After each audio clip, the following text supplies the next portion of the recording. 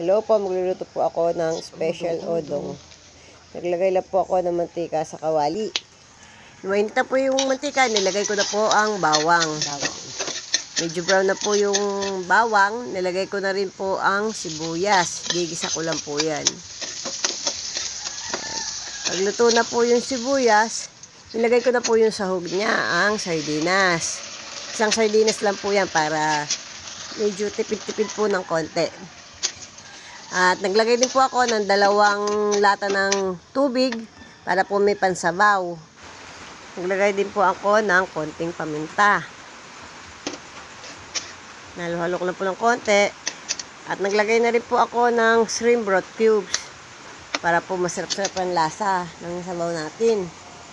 Ayan, naglagay din po ako ng konting patis. Nung kumulo na po, nilagay ko na po yung patola. Lulutuin ko lang po yan ng mga 1 minute para po hindi masyadong ma-overcook yung patola. After 1 minute po, inilagay ko na po yung odong. Lulutuin ko lang po ng 3 minutes yung odong.